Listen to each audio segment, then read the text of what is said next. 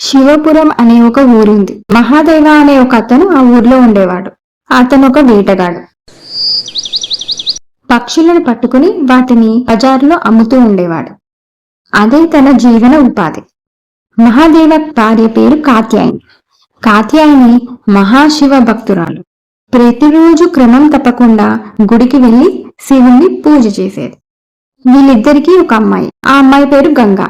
పాపం గంగా పుట్టుకతోనే అవిటిది. తనకి 2 చేతులు లేవు. కాత్యాయని, పక్షుల్ని పట్టుకోవడానికి వేలైంది, వెళ్తున్నాను. ఏమంటే మీరు వెళ్ళకండి. మీ వల్ల మన పాపకి ఇలా అయింది. మీరు ఈ పని మానేసి ఇంకో ఏదైనా మంచి పని చూసుకోండి. మీకు ఎన్నిసార్లు చెప్పినా మీరు వినట్లేదు. ఇప్పటికైనా మానేయండి. ఇలా పక్షుల్ని బంధించడం మంచి పద్ధతి కాదు. అదేంటి కాత్యాయని అంత పెద్ద మాట అన్నావు? నా వల్లే మన పాపకి అలా అయిందంటావా? నన్ను చాలా బాధ పెడుతున్నావు కాత్యాయని. మన రాత ఎంత ఏం సరిపెట్టుకుందాం. అయినా నా సంతోషం కోసం నేను పక్షుల్ని బంధిస్తున్నానా చెప్పు? మన జీవితాలు గడవాలనే కదా. సరే, ఇదంతా మాట్లాడుతూ ఉంటే నాకు సమయం అయిపోతుంది. నేను వెళ్తున్నాను.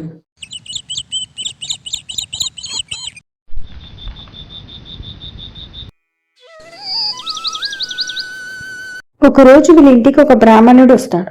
ఎవరు స్వామి మీరు? తల్లి, నన్ను విశ్వనాథం అంటారు. ఈ పక్కన శివాలయంలో నేను ప్రవచనం ఇస్తున్నాను. మీరు మీ కుటుంబంతో కలిసి రండి, మీకు శుభం కలుగుతుంది. ప్రవచనమా స్వామి? తప్పకుండా వస్తాను. ఎంతో పుణ్యం చేసుకుంటే కానీ ఇలాంటి అవకాశం రాదు. స్వామి, మీ దేవుడు ఎక్కడి నుంచి వస్తున్నారు? నాకు ఊరంటూ ఏదీ లేదు తల్లి. నేను ఇక్కడుంటే అదే నా ఊరు. అలా అయితే స్వామి, మీరు మా ఇంట్లోనే భోంచేయండి. మీకు సేవ చేసుకునే భాగ్యం మాకు ఇవ్వండి స్వామి. మేము ధన్యులమవుతాం. అలాగే తల్లి, వస్తాను. ఈ ఊర్లో మిగతా వాళ్ళకు కూడా చెప్పేసి వస్తాను. కాత్యాయని విశ్వనాథం కోసం మంచి మంచి వంటలు చేస్తుంది. విశ్వనాథానికి భోజనం వడ్డించి కూర్చుంటుంది కాత్యాయని. తల్లి, ఏంటవి? ఆ పక్షులను ఎందుకు అలా బంధించారు? ఇలా జీవహింస ఉన్న చోట నేను భోజనం చేయను. ఆగ్రహించకండి స్వామి, ఇప్పుడే వాటిని వదిలిపెట్టేస్తాను. కాత్యాయని ఆ పక్షుల్ని వదిలిపెట్టేసింది. ఇంకప్పుడు విశ్వనాథం సంతృప్తిగా భోజనం చేస్తాడు.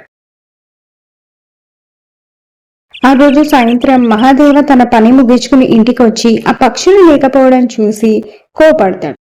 ఏంటి కాత్యాయని, నీ పట్టి తీసుకొచ్చిన పక్షులు ఏమి కనపడట్లేదు? ఏం చేసావు వాటిని? అది వాటిని వదిలిపెట్టేశానండి.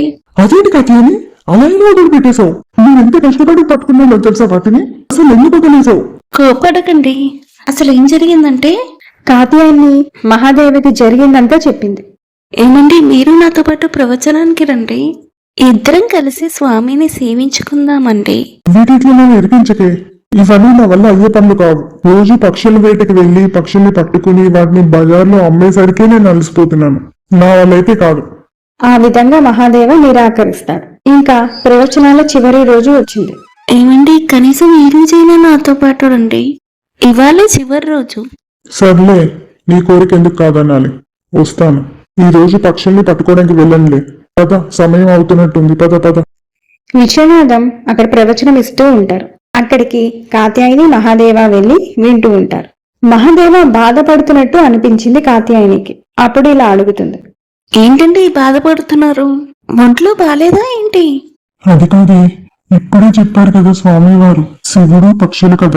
ఈ కథతో నాకు అర్థమైంది పరమశివుడు పక్షుల్ని ఎంత ప్రేమిస్తాడు. నిజమే కదా, అవే జీవులే. నేను ఇన్నాళ్ళు ఎంత తప్పు చేశాను కాత్యాయని. ఇన్నాళ్ళు నేను ఎంత చెప్పినా నాకు అర్థం కాలేదు. ఇప్పుడు ఈ స్వామివారి దయ వల్ల నాకు మొత్తం అర్థమైంది. ఇంకా నేను నిర్ణయించుకున్నాను కాత్యాయని, ఇంకెప్పుడు నేను పక్షుల వేటకి వెళ్ళను. అలా మహాదేవలో మార్పు వస్తుంది. కాత్యాయని మహాదేవ ఇద్దరు కలిసి స్వామి వారికి భోజనాన్ని వడ్డిస్తారు.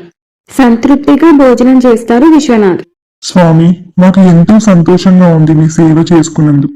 కేవలం మీ వల్లనే నేను మారాను స్వామి. మీ ప్రవచనంతో నా జీవితాన్ని మార్చేశారు. తప్పుదారిలో వెళ్తున్న నన్ను సక్రమైన మార్గంలో పెట్టారు. మీ రుణం నేను ఎలా తీర్చుకోను? అప్పుడు విశ్వనాథం శివుడుగా మారిపోతాడు.